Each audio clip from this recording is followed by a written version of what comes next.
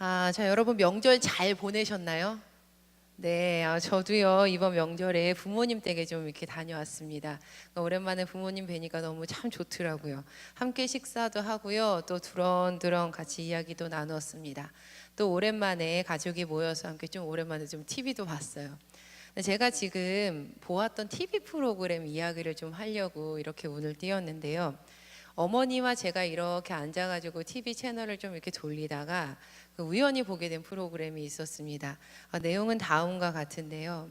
한 남자 연예인이요, 한 남자 연기자가 교통사고로 갑자기 다리를 못 쓰게 되신 어머니를 위해서 이제 어떤 버킷리스트가 있냐, 어떤 소원이 있나를 이제 물어봅니다.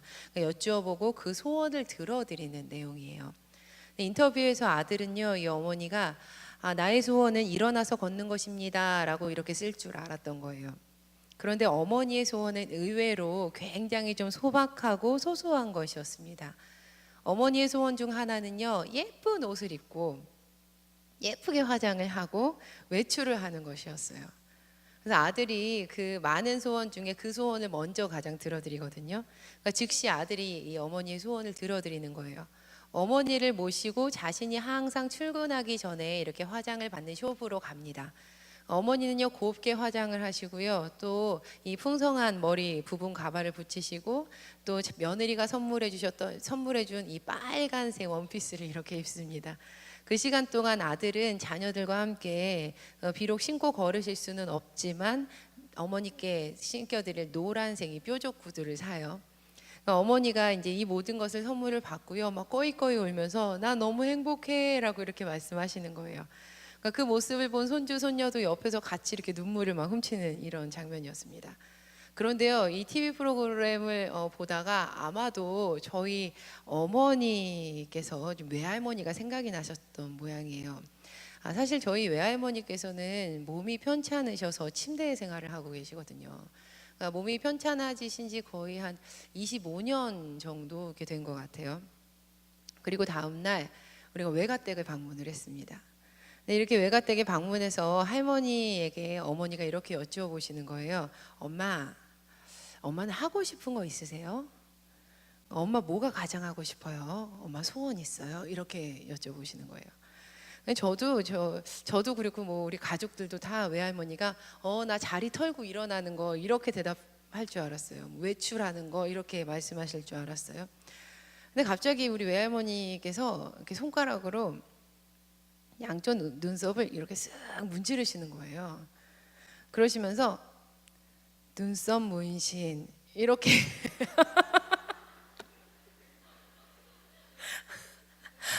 이라고 대답을 하셨습니다. 네, 순간 한 10초 정도 정적이 일었어요, 우리 집에. 그리고 이후 저희는 모두 이제 박장대소를 했어요. 저희 외할머니께서 굉장한 멋쟁이셨거든요. 이렇게 막 맨날 빨간색이 이렇게 손톱 이렇게 칠하시고 그래서 제가요, 불이 나게 이거 출장으로 하시는 분이 있나? 왜냐 움직이실 수가 없으니까 출장하시는 분이 있나? 그래서 인터넷을 막 뒤지기 시작을 했어요. 그래서 결국에는 출장으로 눈썹 말도 안 나요. 아직도 웃겨서 출장으로요 눈썹 문신 하시는 분을 제가 찾았어요. 결국에는 연락을 취해서. 근데 너무 감사하게도 참 좋은 분이랑 연결을 하나님이 시켜주셨거든요. 그래서 이분을 통해서 또 할머니께 좋은 이 명절 선물을 좀 드릴 수가 있었습니다. 어머니 말씀으로요, 이날부터 우리 외할머니께서 그 예약했던 날을 이렇게 하루하루 기대하면서 소망을 품으면서 기다리셨다고 해요.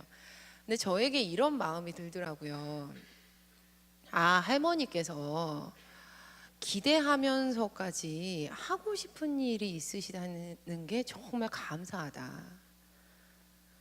우리 할머니에게 소원이 있네. 우리 할머니에게 여전히 우리 할머니가 현실의 벽에 갇히지 않고 소망이라는 것이 우리 할머니에게 좀 있네.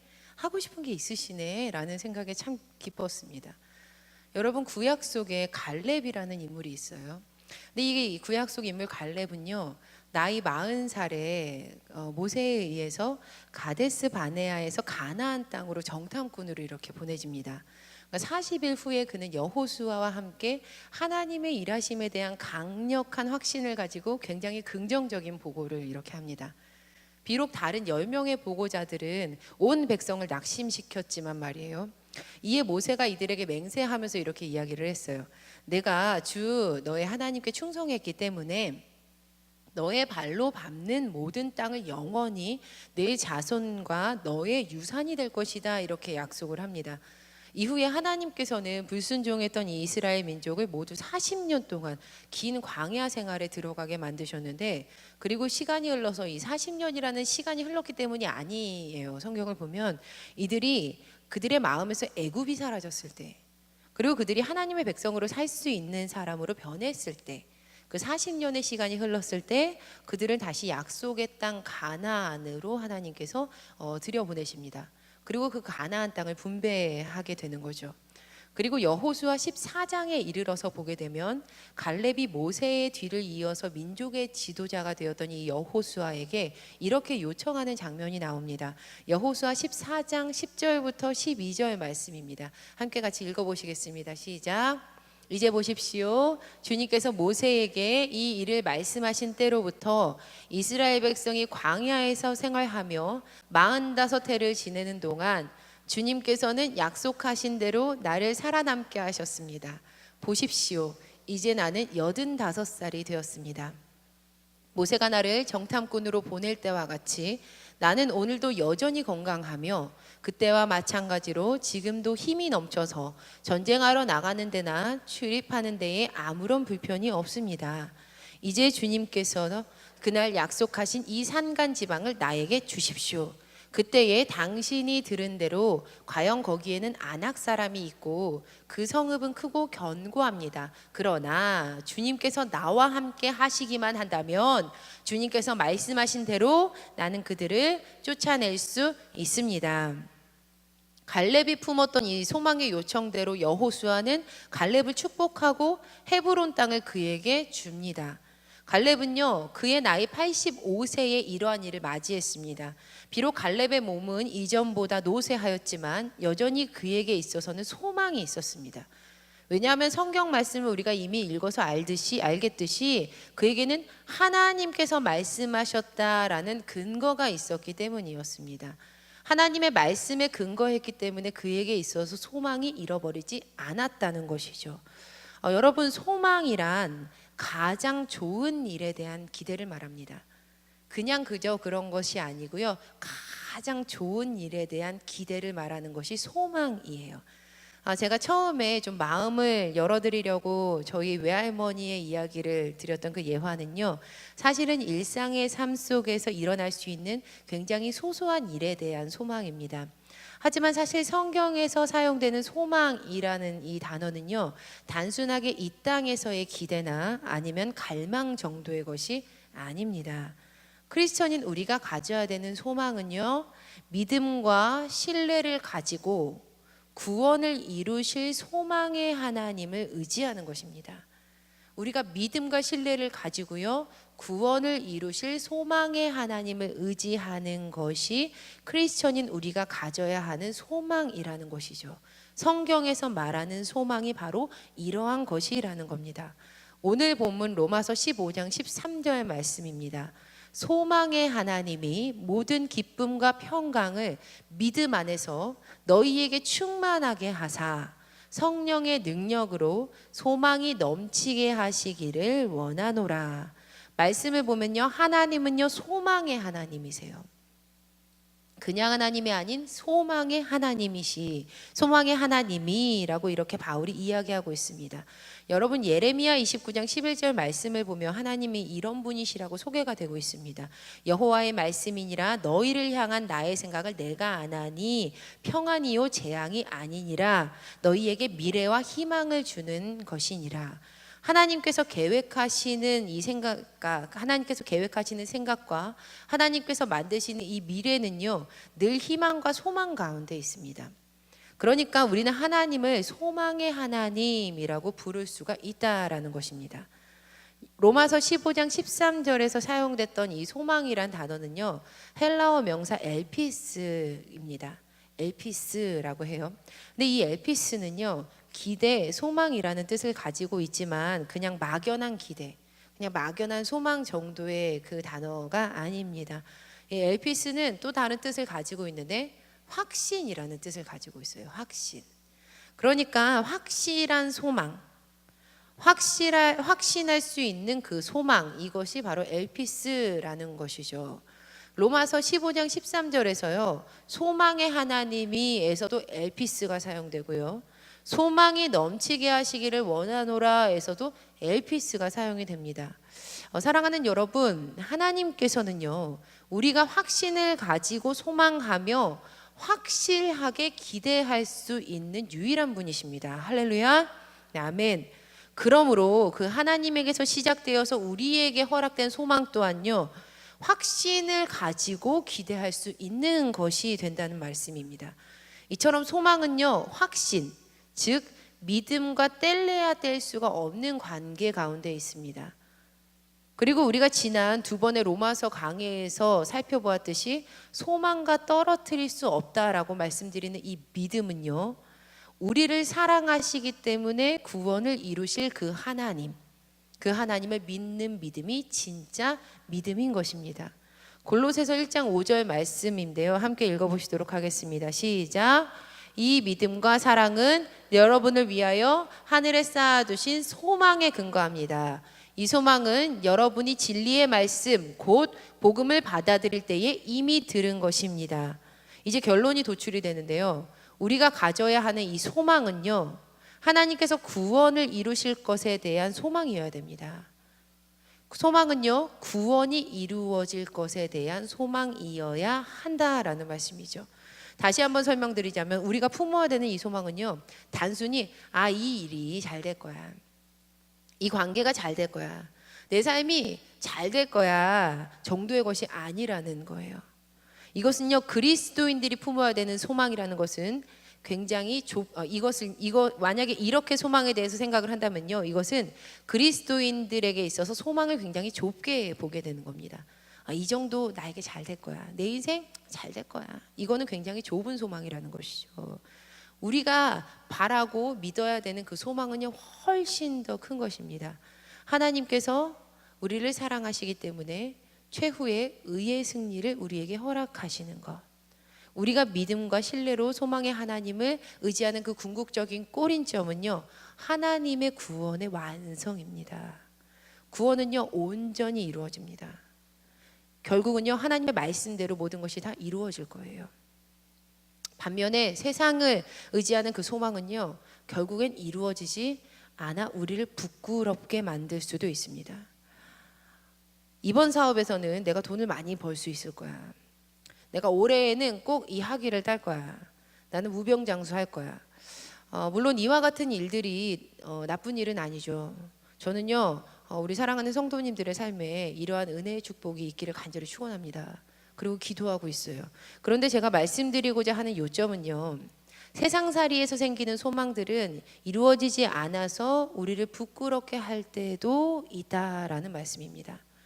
하지만 하나님을 의지하는 그 소망은요. 즉 구원의 완성을 이루겠다라는 그 하나님의 소망은요. 반드시 이루어집니다.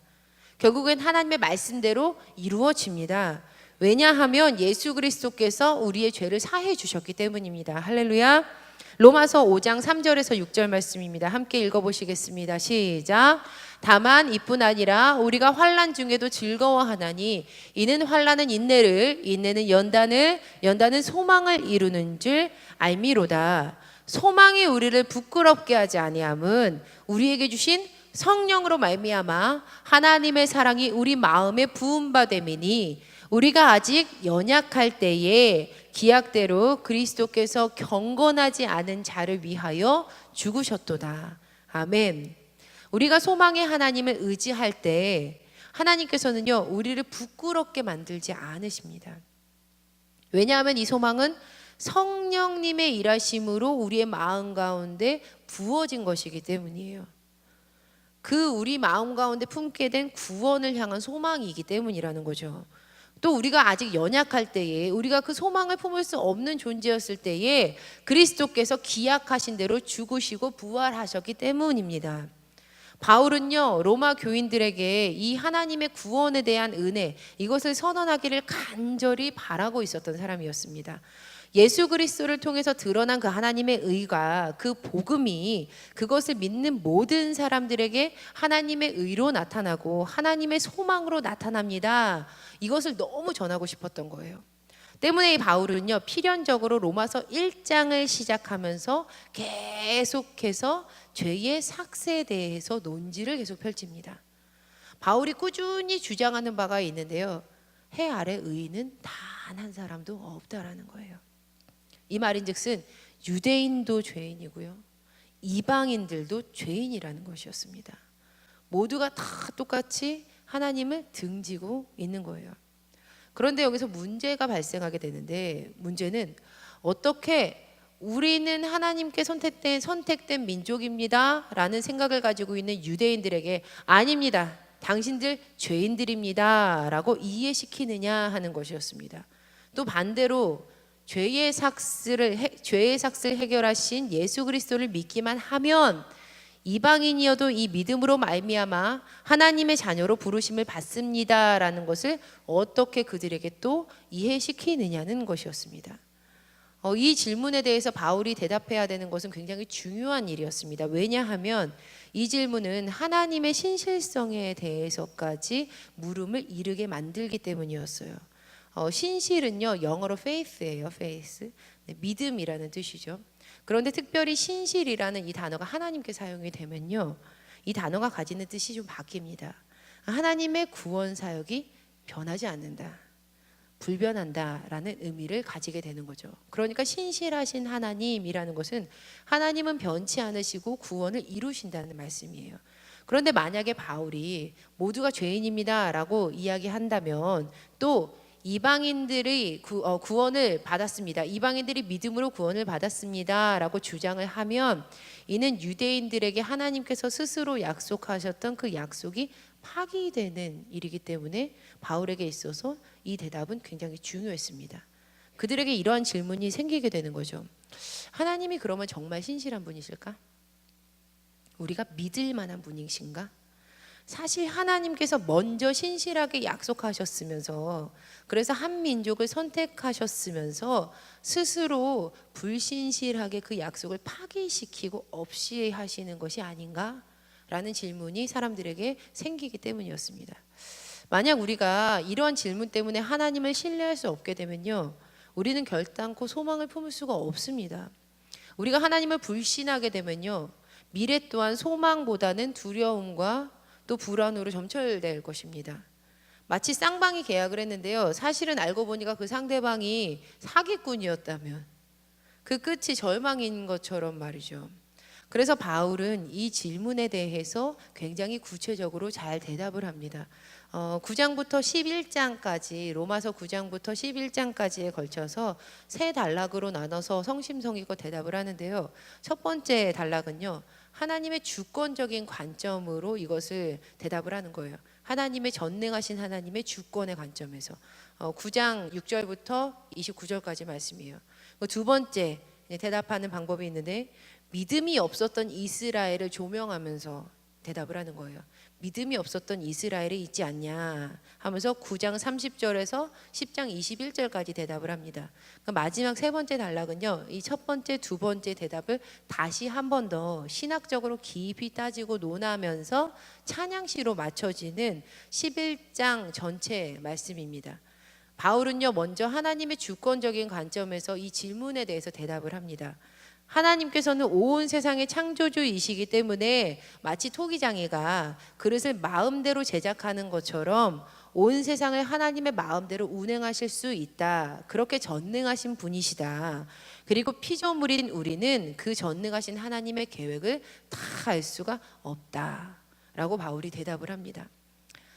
제가 추석 연휴 중에 가족이랑 함께 했던 일 중에 또 다른 한 가지가 있는데요, 온 가족이 함께 이제 기도원에 갔던 일입니다.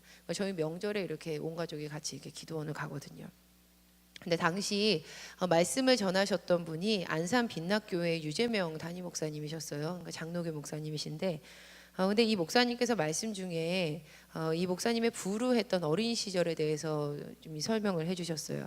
목사님께서 5살의 아버지를 여의시고요, 3년 후인 8살의 어머니까지 다 여의셨다고 해요.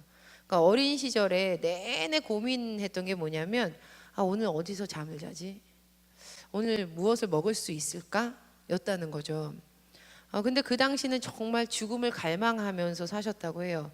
그런데 지금 인생을 돌아보니까 그때 죽지 않고 살기를 정말 잘했다는 거예요. 왜냐하면 이거 목사님 말씀이에요.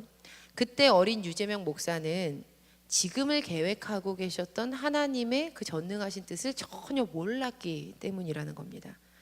여러분, 우리가 소망을 품고 믿음을 가지고 살아야 하는 이유는요, 중간평가하지 말아야 되는 이유는요, 하나님께서 나를 향한 어떠한 그림을 그리고 계시는지 우리는 모르기 때문입니다. 작고 연약한 피조물인 우리는요, 전능하신 하나님의 계획을 모두가 다 알 수 없습니다. 그러나 우리가 믿는 바가 있죠. 하나님의 생각과 계획은 미래와 소망을 주는 것이라는 사실입니다. 또 전능하신 하나님께서 모든 것을 합력하여서 선을 이루어 주실 수 있는 유일한 분이시라는 사실입니다. 그 전능하신 하나님께서 모든 민족을 향한 구원의 큰 그림을 이미 그려 놓으셨는데 어떻게 우리가 주권자 되시는 그 하나님의 뜻을 다 알 수 있겠습니까? 우리는요, 선하신 하나님을 믿음으로 따라가면 되는 거죠. 우리는 그 하나님을 믿음으로 따라가는 수밖에 없다는 거예요. 바울이 이렇게 대답하는 겁니다. 전능하신 하나님께서 만들어 가시는데 우리가 그것을 어떻게 다 할 수 있습니까? 그 전능하신 하나님이 가장 선하게 이끌어 가시는 것 아니십니까? 두 번째, 바울이 이렇게 대답을 해요. 선택받은 민족이었던 선택받은 민족이었던 이스라엘이 하나님을 향한 믿음을 버리고 하나님을 배반했습니다. 도리어 스스로의 행위로 의로움을 얻으려고 노력을 했습니다. 그러나 반대로 이방인들은 신실하신 하나님을 믿습니다. 구원은 믿음에서부터 나게 되는데 그러므로 이방인들에게도 구원이 임하였습니다. 여러분, 지난 시간에 말씀드렸듯이 로마서 3장 1절에서 2절 말씀을 보면요, 유대인들이 말씀을 맡았다라는 구절이 나옵니다. 그런데 여기서 유대인들이 말씀을 맡았다라는 부분에서 헬라어 동사 피스티오가 사용이 돼요. 근데 이 피스티오라는 뜻은 믿음을 갖다라는 뜻입니다. 그러니까 유대인들이 하나님의 말씀을 맡았다라는 것은 단순히 우리말처럼 이 하나님의 말씀을 소유했다라는 소유적인 표현이 아니라 하나님을 신뢰하고 그 믿음을 고백해야 하는 민족이 바로 그들이었다라는 의미입니다. 그렇지만 그들은 그렇게 하지 않았죠. 도리어 이방인들이 그렇게 하였습니다. 예수님께서 예루살렘에서 바리새파 사람들이랑 또 율법학자들과 논쟁을 하신 후에 드로아 시돈 지방으로 가셨을 때의 일입니다. 마침 한 여인이 그 지방을 나와서 예수님을 향해서 이렇게 외칩니다. 다윗의 자손이신 주님, 나를 불쌍히 여겨 주십시오. 내 딸이 귀신 들려서 괴로워하고 있습니다. 그런데 이 여인은 힘없이 단 한 번만 외친 것이 아니었습니다. 마가복음 7장 26절에서 그 여인이 간청했다, 간구했다라고 증언이 됩니다. 또 마태복음 15장 22절 말씀을 보니까 병행 구절인데 소리를 질렀다라고 이렇게 마태복음에서는 나와요. 그런데 여기서 소리를 지르다라는 것은요, 헬라어로 크라쪼예요. 크라쪼. 좀 재밌는데요. 이 크라쪼라는 의미가 어떤 의미냐면요, 까마귀처럼 소리 지르다는 거예요. 외친다. 까마귀처럼 크게 소리 지르면서 부르짖는다라는 뜻이에요. 그런데 예수님께서 귀가 먹으셨는지 이상하게도 마치 까마귀처럼 소리 지르면서 간청하는 이 여인의 소리를 전혀 듣지를 않으십니다. 자, 여러분, 한밤중에 100일 된 이 아가가요, 갓난아가가 계속 울부짖는 거예요. 근데 그 소리가 작아지질 않고 계속 시간이 갈수록 커져요. 이미 경험해 보셨죠? 외면하셨나요? 외면할 수가 없잖아요. 그런데 그렇게 더 커지는 울음소리가 우리를 더 힘들게 하는데 예수님께서는요, 이 여인을요 외면을 하시는 거예요. 계속해서. 성경은 예수님께서 단 한마디도 대답하지 않으셨다라고 증언을 합니다. 그럼에도 불구하고 이 여인이요 포기하지 않은 거예요. 이 여인이 얼마나 계속 크게 울어댔으면 도리어 제자들이 예수님께 다가와서 간청을 합니다. 예수님, 저 여인이 지금 우리 뒤에서 크라쪼 하니까 까마귀처럼 고래고래 소리 지르면서 외치니까 좀 그를 좀 안심시켜서 좀 보내주십시오. 이렇게 제자들이 이야기합니다. 이 여인이 제자들이 참을 수 없을 만큼 계속해서 괴롭히면서 울부짖었던 거예요. 하지만 제자들의 이 간절한 요청에도 불구하고 예수님께서 완고하게 대답을 하십니다. 나는 오직 이스라엘의 집에 길을 잃은 양들에게만 보냄을 받았다. 그러자 그 여인이요, 예수님 앞에 나와서 이제는 무릎을 꿇고 간청을 하는 거예요. 주님, 저를 도와주십시오. 그런데 예수님께서는 이렇게 대답하십니다. 자녀들의 빵을 개들에게 던져주는 것이 옳지 않다. 지금 우리와 마찬가지로 이들에게 있어서 개와 같다라는 것은 욕입니다. 여러분, 왜 이 여인이 이런 대우를 받고 있는 걸까요? 왜 이런 일을 겪고 있는 걸까요? 이 여인의 출신을 보면 좀 이해가 되는데요. 이 여인은 마태복음 15장 22절 말씀을 보니까 가나안 여인이었다라는 것을 우리가 알 수 있어요. 또 병행 구절인 마가복음 7장 26절을 보면 헬라인이요 수로보닉의 족속임을 우리가 알 수 있습니다. 한마디로 이방 사람이었던 거죠. 이방인이었던 거예요. 우리가 이 구절 말씀을 읽을 때마다 예수님께서 이 여인을 차별하고 계시다라는 느낌을 우리가 받습니다. 하지만 이것은 예수님의 진정한 의도와는 거리가 먼 이해입니다. 예수님께서는 이 이방 여인의 견고한 믿음을 끌어내셨습니다. 예수님의 말씀에 여인은 이렇게 대답을 해요. 그 여자가 말하였다. 주님, 그렇습니다. 그러나 개들도 주인의 상에서 떨어지는 부스러기는 얻어먹습니다. 그러자 예수님께서 기다리셨다는 듯이 대답하십니다. 여자여, 참으로 내 믿음이 크도다. 내 소원대로 되어라. 바로 그 시각에 그 여인의 딸이 병에서 노임을 받습니다. 예수님께서는 이 이방 여인이 믿음이 참 크다라고 칭찬을 하시면서 그분의 선하신 뜻을 이루어 주십니다. 세상에 드러내시면서 이 여인의 믿음의 정당성을 불어넣어 주신 거죠. 그런데 여러분, 이 사건 이전에 예수님께서 함께 겪었던 사건을 우리가 이해하면 이 이방 여인의 믿음의 고백이 얼마나 더 크게 부각되는지를 우리가 알 수 있습니다. 바로 예수님께서 바리새인과 서기관들과 논쟁을 하셨던 일인데요. 그들은 장로들의 전통을 운운하면서 빵을 먹을 때 손을 씻지 않았던 예수님의 제자들을 힐책합니다. 그때 예수님께서 겉사람에게 묻은 더러움이 진정한 더러움이 아니라 속사람의 더러움이 진정 그 사람을 더럽게 하는 것이다 라면서 그들에게 말씀하십니다. 즉 선택받은 민족이기 때문에 무조건적으로 구원의 반열에 들어가는 것이 아니라 그 속사람이 정결해진 이들이어야 비로소 하나님의 의를 덧입게 된다라는 말씀입니다. 바리새인과 서기관들과 있었던 이러한 사건은요, 이방인 그리고 당시 굉장히 멸시당했던 여인, 아주 낮고 천한 자에게서 고백되었던 이 믿음의 사건을 더욱더 크게 부각을 시킵니다. 로마서 15장 8절에서 11절 말씀, 우리가 읽었던 이 말씀은요, 하나님께서 처음부터 의도하셨던 그 믿음의 고백이 있는 자들에게 열려있는 구원의 소망, 즉 하나님을 향한 믿음이 있다면 유대인이어도 이방인이어도 구원의 소망이 그들에게 있다라는 것을 선언을 하고 있습니다. 내용을 보다 더 쉽게 요약을 하면 다음과 같습니다. 예수님께서는 하나님의 진실하심을 드러내시고자 할례를 받은 이들의 종이 되셔서 하나님의 약속을 확증하셨습니다. 그리고 이방 사람들도 긍휼히 여김을 받아서 하나님께 영광을 돌릴 수 있도록 하나님께서 허락하셨습니다. 바울이 9절 후반절부터 11절까지 쓰는 말씀은 구약의 말씀들인데요. 구약의 말씀을 인용해서 이방 사람들도 주님을 찬미한다, 주님의 백성들과 함께 즐거워한다, 주님을 찬양할 것이다 라는 기록이 있다라는 것을 증언을 하는 겁니다. 그러니까 유대인도 이방인도 세상의 모든 이들이 구원을 받게 된다라는 말씀인데, 이렇게 구원을 받게 되는 것은 12절 말씀, 이새의 뿌리에서 싹이 나서 열방을 다스리는 이가 일어날 것인데 열방이 그분에게 소망을 두게 될 것이기 때문입니다. 여러분, 이분은요 구원자 예수 그리스도십니다. 우리에게는 구원을 이루신 우리의 소망 예수 그리스도가 계십니다. 할렐루야. 요한복음 9장 말씀을 보면요, 예수님께서 날 때부터 눈먼 사람을 만나는 장면이 있습니다. 예수님 앞에요, 날 때부터 눈먼 사람이 이렇게 서 있어요. 그때 제자들이 이렇게 묻는 거예요. 누구의 죄 때문입니까? 이 사람의 죄입니까? 부모님의 죄입니까?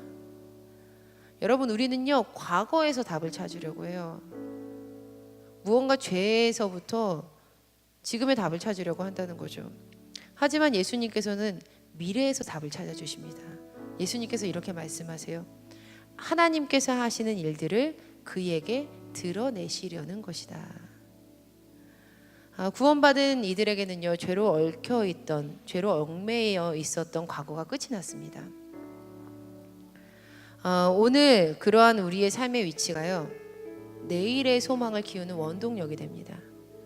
그러니까 지금 어려워도요, 지금 힘들어도요, 지금 아파도요 결코 그것이 끝이 아니라는 거죠. 하나님의 구원의 역사 안에 우리의 관계도 있고요, 우리의 물질도 있고요, 우리의 건강도 있어요, 우리의 자녀들도 있어요. 하나님의 구원의 역사는 그 모든 것들이 하나님께서 정교하게 짜맞춰 놓으신 퍼즐들이 맞아떨어지는 것처럼 함께 이어져가며 소망을 이루어가는 것입니다. 구원은 우리의 삶과 동떨어져 있는 것이 아니에요. 하나님께서는 오늘이라는 우리의 환경 속에서 내일로 우리를 인도하십니다. 그리고 그 내일은요 반드시 구원을 완성시키시는 신실하신 그 하나님의 소망의 날입니다. 그러니 사랑하는 여러분, 소망을 품으시기 바랍니다. 할렐루야. 하나님께서 구원을 약속하셨는데 그 하나님의 구원의 소망은 반드시 이루어져요. 그래서 내 삶의 그 작은 문제는요 소망으로 바뀌는 거예요. 이게 받아들여지시나요? 하나님의 구원을 반드시 이루실 거기 때문에 하나님께서는, 그러니까 내 삶의 그 작은 문제는요 소망이 되는 거예요. 구원이 이루어질 것이기 때문에. 이미 우리는요 미래의 소망을 품고 있죠. 그 해답을요 예수 그리스도의 구원에서 우리는 이미 찾았습니다. 그 하나님의 자녀들이에요. 이전 것은 지나갔으니 보라 새 것이 되었도다 말씀하시는 그 하나님께서 소망의 주님이 너희와 함께 있다, 우리와 함께 있다 라고 오늘 말씀해 주십니다. 사랑하는 여러분, 우리 로마서를 오늘 마치게 되는데요, 이 로마서를 통해서 그 믿음을 가지고 그 사랑의 빛인 자 되어서 그 소망을 꼭 품고 그 구원을 경험하는 우리 모두 되기를 간절히 소망합니다. 그 하나님의 은혜가 우리